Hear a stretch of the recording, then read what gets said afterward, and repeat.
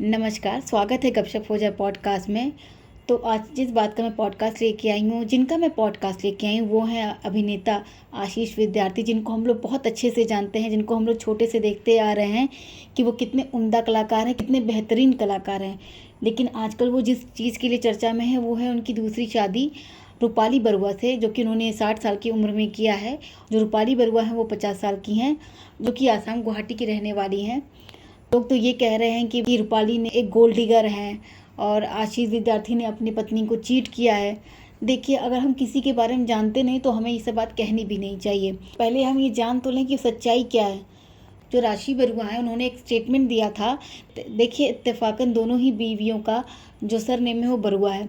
तो उन्होंने, पहली बीवी ने, राशि बरुआ जी ने एक स्टेटमेंट दिया था कि आशीष विद्यार्थी ने मुझ पर कोई चीट नहीं किया है।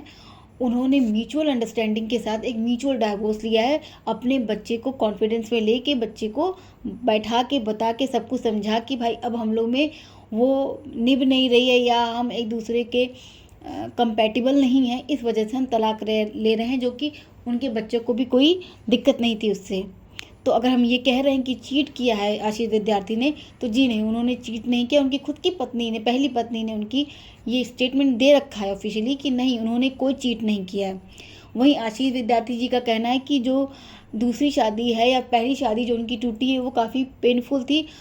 कोई बहुत दुख के साथ उन्हें वो तोड़ना पड़ा, क्योंकि अब उनकी निभ नहीं रही थी या फिर एक अंडरस्टैंडिंग नहीं हो पा रही थी। और रूपाली बरुआ के बारे में मैं आपको बता दूं, ये आसाम गुवाहाटी की हैं। इनकी शादी, जो इनके पहले पति हैं, उनका करीब 5-6 साल पहले निधन हो गया था। ये पहले यूके में थी। उनके पति और ये खुद मिलके एक जो है क्लोथिंग रिटेल कंपनी चलाते थे यूके में। लेकिन पति के निधन के बाद ये वापस इंडिया आ गई। उन्होंने खुद का एक क्लोथिंग स्टोर खोला, जो कि NAMESG करके नाम है उनका। ये कहना रूपाली बरुआ की वो गोल्ड डिगर जी नहीं, वो खुद इतना अच्छा कमाती, खुद की उनकी कंपनी है, खुद ही वो बिजनेस वूमेन है, तो ये कहना गलत है। और आशीष विद्यार्थी जी का कहना है कि वो एक ब्लॉगिंग के असाइनमेंट के दौरान रूपाली बरुआ जी से मिले, जहाँ पे उन्होंने फिर अपना चैट करना शुरू किया। वहाँ पे एक दूसरे को वो पसंद आए, तो इस तरह से उनका ये रिश्ता स्टार्ट हुआ। तो ये कहना कि वो गोल्ड डिगर हैं या फिर आशीष विद्यार्थी ने चीट किया, ये दोनों ही बातें सरासर गलत हैं।